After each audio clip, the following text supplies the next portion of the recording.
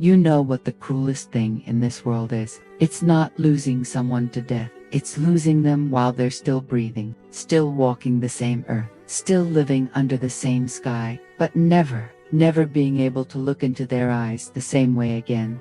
I'm 73 years old now, and I'm about to tell you something I've never told anyone, not my husband, God rest his soul, not my children, not even my therapist, though Lord knows she tried to dig it out of me for 15 years. This is about my sister, my baby sister, Caroline. Do you remember having someone in your life who knew every single version of you? The you before you learned to be ashamed, before you learned to hide. Caroline was that person for me. We shared everything, and I mean everything. The same worn-out winter coat she'd wear at Mondays, Wednesdays, and Fridays. I'd take Tuesdays and Thursdays. The same tube of lipstick we stole from Woolworths when I was 14 and she was 12. We even shared the same bed until I was 17 years old. The squeaky twin mattress in a room, so small you could touch both walls if you stretched out your arms.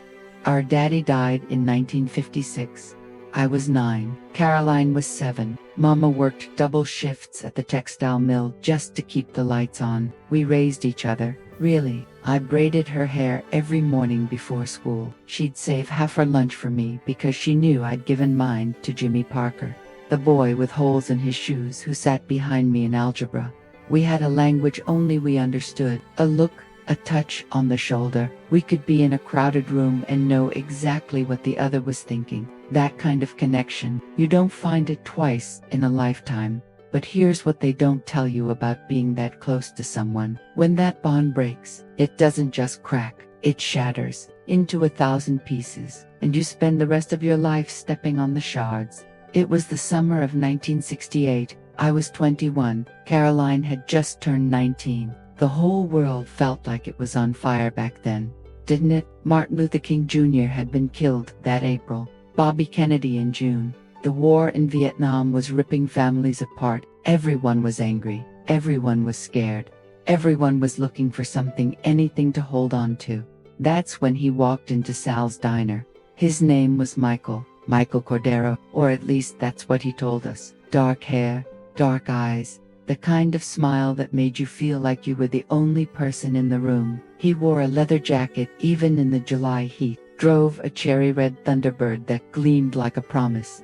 I was waitressing that summer, saving up for secretarial school. Caroline was working at the Five and Dime across the street. Michael came in every day for 2 weeks straight, ordered the same thing, black coffee, no sugar, sat in the same booth by the window, and every single day, he'd look at me like I was something precious. "What's a girl like you doing in a place like this?" he asked me on day 3.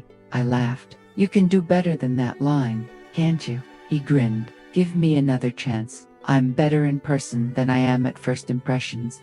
And God help me, I gave him that chance. He told me he was an investment broker, said he'd grown up poor, just like us, but he'd made something of himself. He talked about opportunity, about how people like us, people from nothing, we had to take risks to get ahead. He made me feel like I wasn't just some small-town waitress destined to marry a factory worker and squeeze out babies until my body gave out.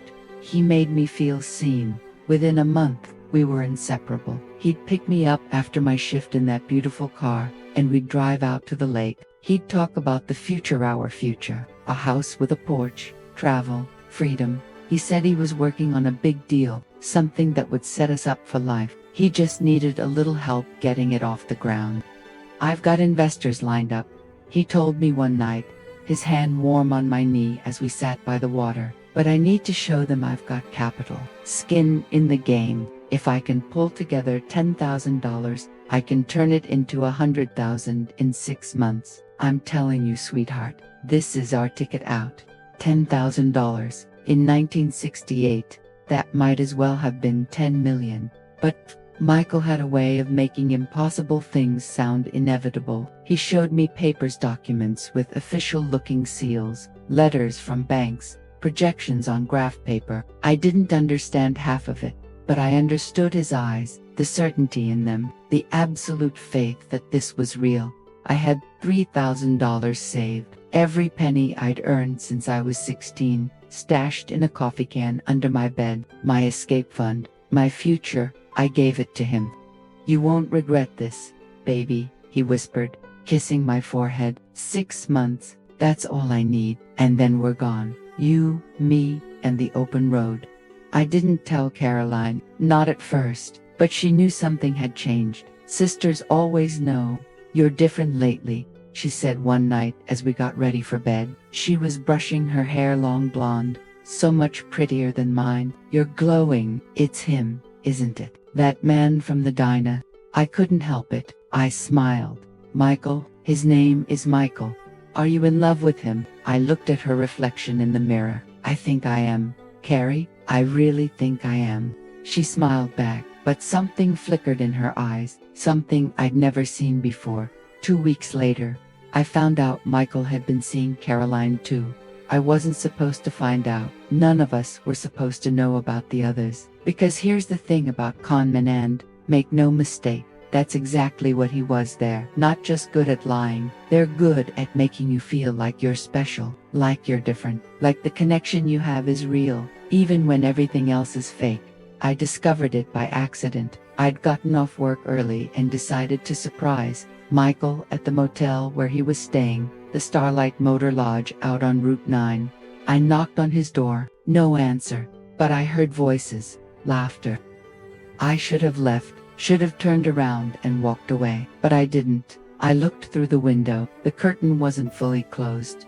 And there she was, my sister, sitting on the edge of his bed, his arm around her shoulders, her head tilted toward him the same way mine had been tilted toward him just the night before. I couldn't breathe, couldn't move, couldn't think. And then I heard him say it, the same words he'd said to me. "You're my only truth, Caroline, my only real thing." I don't remember walking back to my car, don't remember the drive home. I just remember sitting in our driveway, hands shaking so hard I couldn't turn off the ignition. When Caroline came home 3 hours later, I was waiting in the kitchen. "How long?" I asked.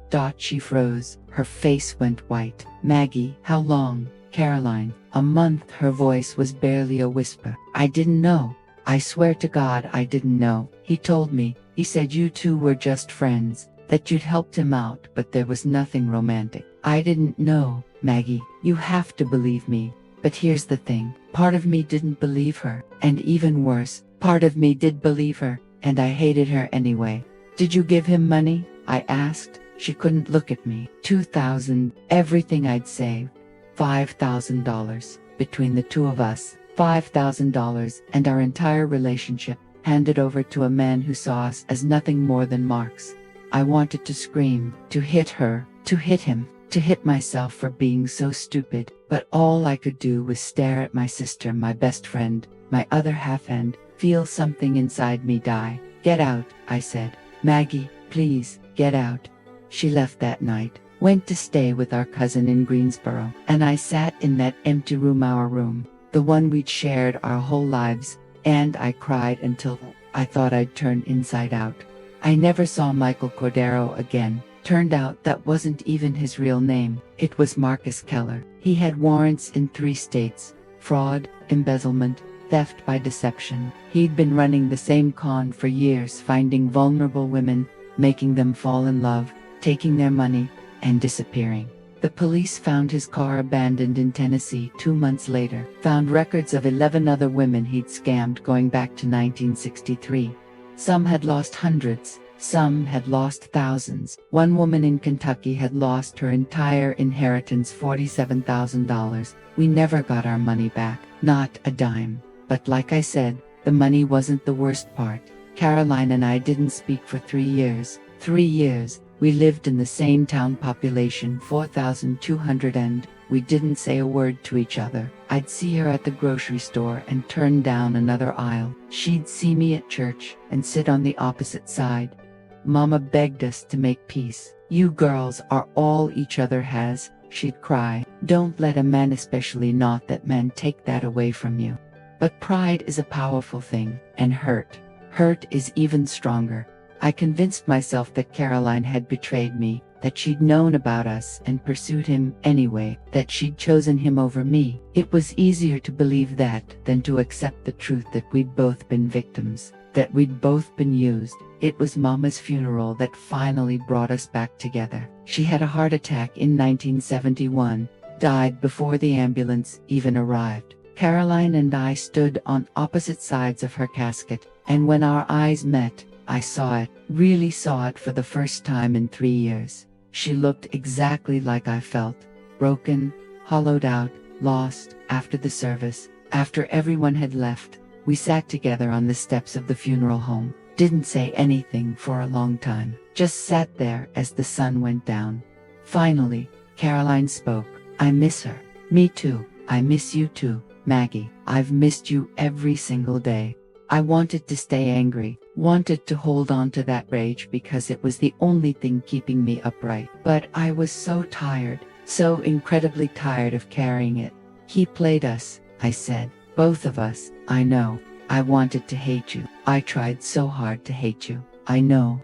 She reached for my hand. Hers was cold. Did it work? I looked at her, really looked at her. My baby sister, the girl who used to crawl into my bed during thunderstorms, who used to practice her spelling words out loud while I quizzed her, who knew every secret I'd ever had until the one secret that destroyed us. No, I whispered. It didn't work. We tried after that. We really did. We had Sunday dinners together, called each other on birthdays, showed up for each other's important moments. I was there when she got married in 1974. She was there when my son was born in 1976. But it was never the same. That's what I need you to understand. That's what nobody tells you about this kind of betrayal, Evan. When you forgive, even when you try to rebuild, there's always a shadow, always a distance that wasn't there before. I could never fully trust her again, and she could never fully trust me. We'd both seen each other at our worst, desperate, competitive, willing to fight over a man who didn't deserve either of us. And once you see that in someone you love, you can't unsee it. Caroline died 6 years ago. Cancer. It took her weeks from diagnosis to the end. I was with her, held her hand, told her I loved her, and I meant it. I really did. But as I sat there watching her take her last breaths, you know what I felt. Grief, yes. Love, absolutely. But also regret. Not for what happened with Mikkel. That bastard was always going to do what he did. No. I regretted all the years we lost, all the closeness we could never quite get back, all the conversations we never had because there was always that thing between us. That summer, that man, that hurt. I regretted that we let him win. Because that's what happened. You see, Michael Cordero, Marcus Keller, whatever his name was, he didn't just take our money. He took our sisterhood, our trust, our ease with each other. He took the 2 little girls who used to share a bed and whisper secrets in the dark, and he turned them into strangers who had to work to be in the same room. And we let him. That's the part that haunts me. Not that he fooled us, not that he lied, but that we let those lies continue to poison us long after he was gone. I think about her every day, wonder what our lives would have been like if we'd handled things differently, if we'd turned on him instead of on each other, if we'd held on to each other instead of holding on to our hurt. I think about all the holidays where the laughter was a little forced, all the phone calls that were a little too polite, all the moments where I wanted to tell her something, really, tell her, the way I used to but couldn't quite let myself be that vulnerable again. You can't get that time back. Once it's gone, it's gone. I'm 73 years old now. I've lived a lot of life since that summer in 1968. I had a good marriage, raised 2 beautiful children, have 4 grandchildren who light up my world. But late at night, when the house is quiet and I'm alone with my thoughts, I'm back in that room, that tiny room with the twin bed, and Carolyn is there, 9 years old, asking me to tell her a story, and I'm 11. Making up adventures about 2 sisters who can do anything as long as they have each other.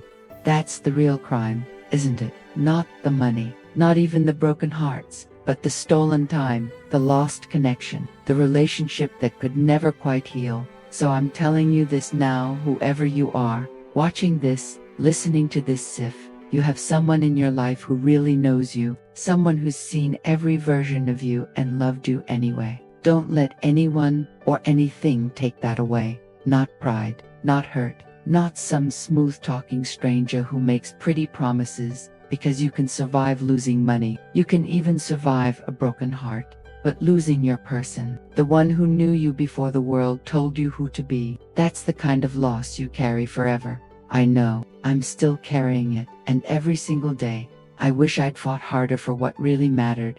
I wish I'd fought harder for her, for us. But I can't go back. None of us can. We can only move forward, carrying our regrets like stones, hoping that maybe, just maybe, our stories will help someone else make a different choice. So that's my story. That's my truth. The man who came into my life promising everything, and the sister I lost along the way. His name is forgotten now, but hers, Caroline Marie Henderson, I'll remember her name until the day I die, and I'll spend whatever time I have left wishing I could tell her one more time. You were always my real thing. Always. He was the lie. You were the truth I should have held on to.